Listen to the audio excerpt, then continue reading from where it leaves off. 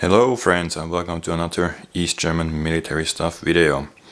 And this time for you I have the SBU 61 or Schutzbekleidungsumhang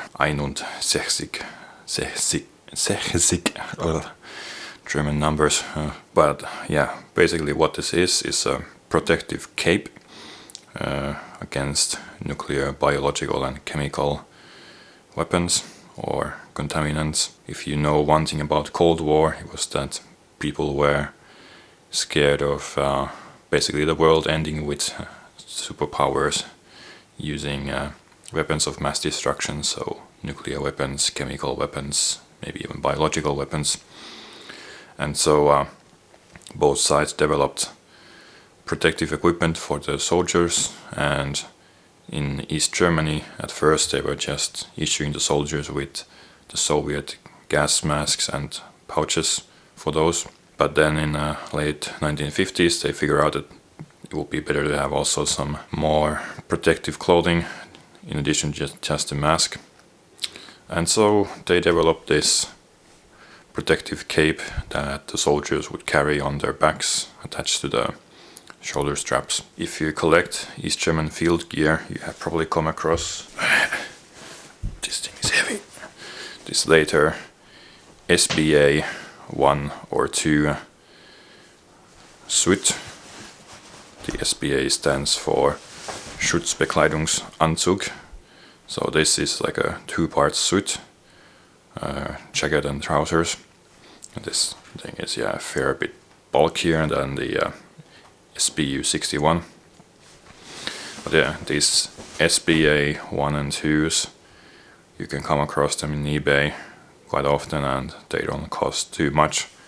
They are often in a bit gross condition, like this one, like rust, and rubber has turned color, but nonetheless.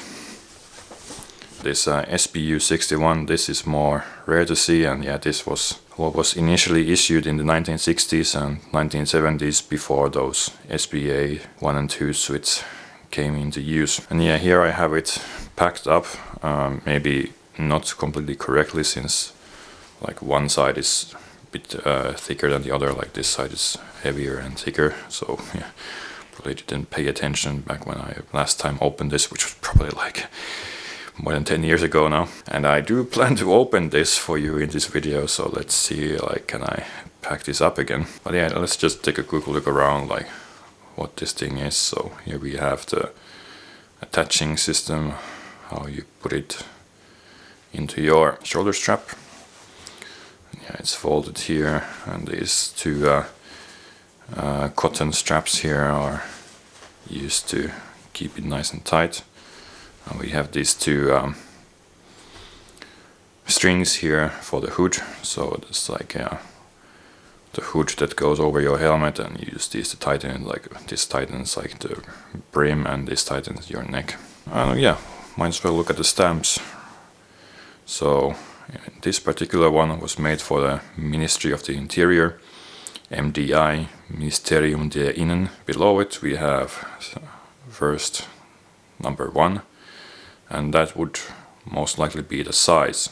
So these capes were produced in 4 different sizes, 1 to 4, with 1 being the smallest size, meant for people who are up to 164 centimeters tall. So yeah, this would be for a very short person. And then we have Roman numeral 4, which probably would be the quarter of the year that this was produced. So this would be from October to December. And then we have 64 for the year, so 1964. So this was produced in middle of 1960s. Here next to the attachment loop we have also a stamp here, which is probably just like an item number, 1761 something, and another 1. It is repeated here on the other side. So yeah, I think we can look at the carrying system on how you're supposed to carry this on your shoulder straps. And it took me embarrassingly long to figure this out. So these oval shaped rings here are simple enough. That's where the shoulder strap goes through, like so. and you have this steel needle here hanging out from a string, and you just put this through, tighten your shoulder strap, and that's how you carry it on the shoulder strap. So to get it off, you just pull this needle out and it will fall, and you're supposed to put it so that the end of the needle is pointing like inside, or that basically towards the center of the shoulder strap, so you can just put your hand over your shoulder and pull here, and this thing will come loose. And then to actually tighten this strap itself, well, I will pull this open for now. So you have it just first dangling like this, and you have this square shaped loop here next to the oval shaped one.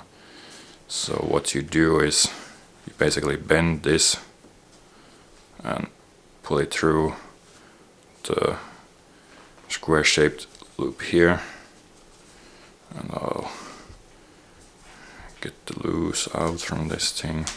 It's a bit hard to do it while looking through the camera at the same time. You have this cut open pin here pointing out from the middle of the strap, and maybe finally, there we go.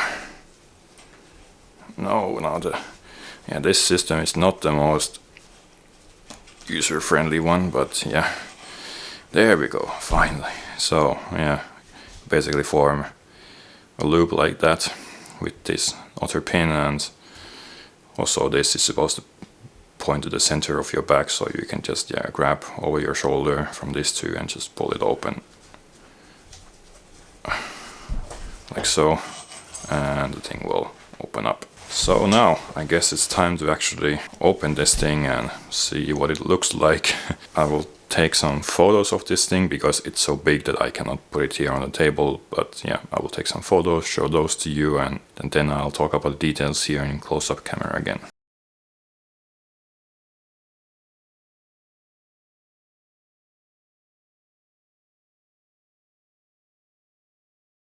So yeah, there you go. I have opened this contraption and you have seen the pictures there. And I have to say, like, this is not the most pleasant item to handle. I mean, first of all, this is very big, so it's hard to get it on camera. But most importantly, this whole room was filled by this awful smell of old rubber and talc and maybe cigarette butts. When I opened this thing, like, it was just, the smell is not pleasant. So please leave me a like and subscribe if you, so that this has been worth the effort, and I still have to somehow pack this thing after this. So yeah, not the most joyous item to show, but well, it is quite rare, so it's good to have it documented somewhere, I suppose.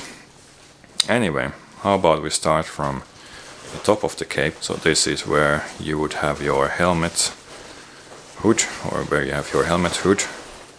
This is the hood part that would go over it. There's this like tightening rubber strap here that would go over the front of your helmet. And an interesting detail here is this tent loop. Basically, one of the use cases for this cape was that you could actually use it to create sort of a small tent with your friends. Basically, you would use these wooden toggles here, which are actually the main system of how you close this thing. These very funny looking wooden toggles. Anyway, you would attach these to these various loops that are around the edge of the whole cape, and you attach them together and you can form a small tent. It's interesting that only this one corner here at the top where the head and, well, your helmet is, like, this is where the tent loop is. But anyway, so this would be, I guess, on the ground, or I'm not sure, but yeah, this is the only one that is here, and it's, folds like this for some reason. Yeah, there's unfortunately not much information available about this cape on the internet, so I do not have all the details, unfortunately. And yeah, overall this is in quite good condition, considering that this is 61 years old. But there are a few tears here, unfortunately, such as this one, which actually has been repaired. So that's interesting. Someone has actually sewn these, so interesting. And yeah, there's some discoloration, but overall this is in relatively good condition. You can see the exterior is this basically rubber, and on the inside we have cotton fabric. Looking at the arms here, well, this is the left arm to be specific. We have a small tear here again, but yeah, what can you do? Yeah, not much details otherwise, except here at the sleeve we have this loop that I presume you would loop around your hand like this, so that the sleeve wouldn't go up. And then of course, yeah, your hand would come here, loop around here, and you would of course wear NBC gloves. In addition to the cape, you would have the cape, the NBC gloves and boots and gas mask, of course. And then you would tighten the glove here, so you would have hopefully tight seal. And here on the front, how you would actually close this is that on the left side you just have these loops, and on the right side you have again the wooden toggles and another flap with loops. So you just basically, I try to be gentle because this is quite fragile. So you loop first here together, and then another loop back to the right side.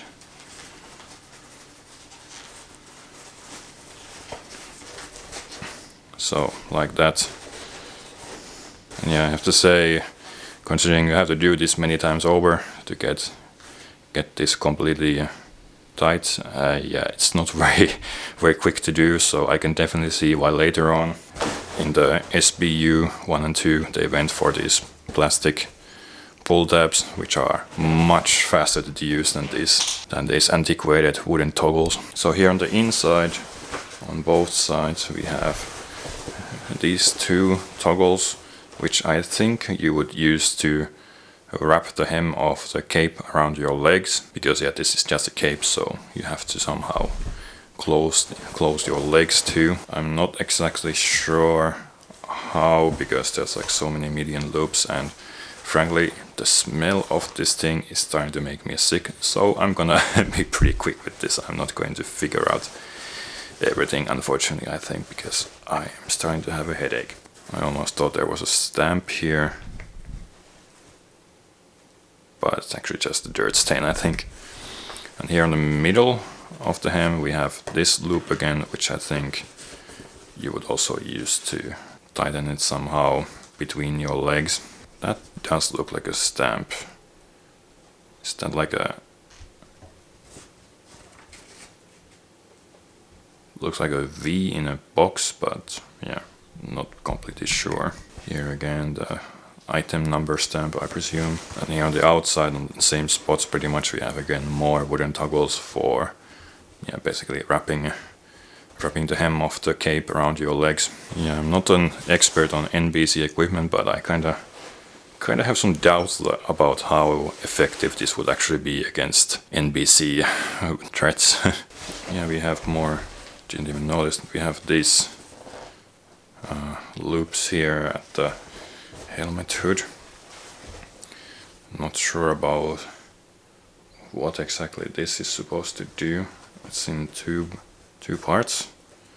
But yeah, I guess somehow to tighten it. But yeah, I think at this moment I'm gonna try to wrap this back to a roll, because this smell is making me nauseous. Fortunately, in the Handbuch Militärisches Grundwissen from 1973, we have actually instructions on how to wrap this, so hopefully I can get it done. Basically, you're supposed to lay the inner side to the ground, then you fold the hem towards the middle, and then you just roll it from starting from the hem and towards the hood. So yeah, let's see if I can get this wrapped up again.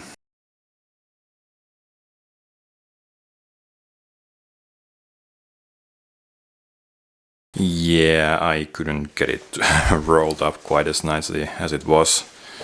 It's yeah, quite the effort to try to get both sides neatly, and yeah, in the end I just want to get this wrapped because this smell is absolutely awful when you have this thing open. Oh, I didn't see that before.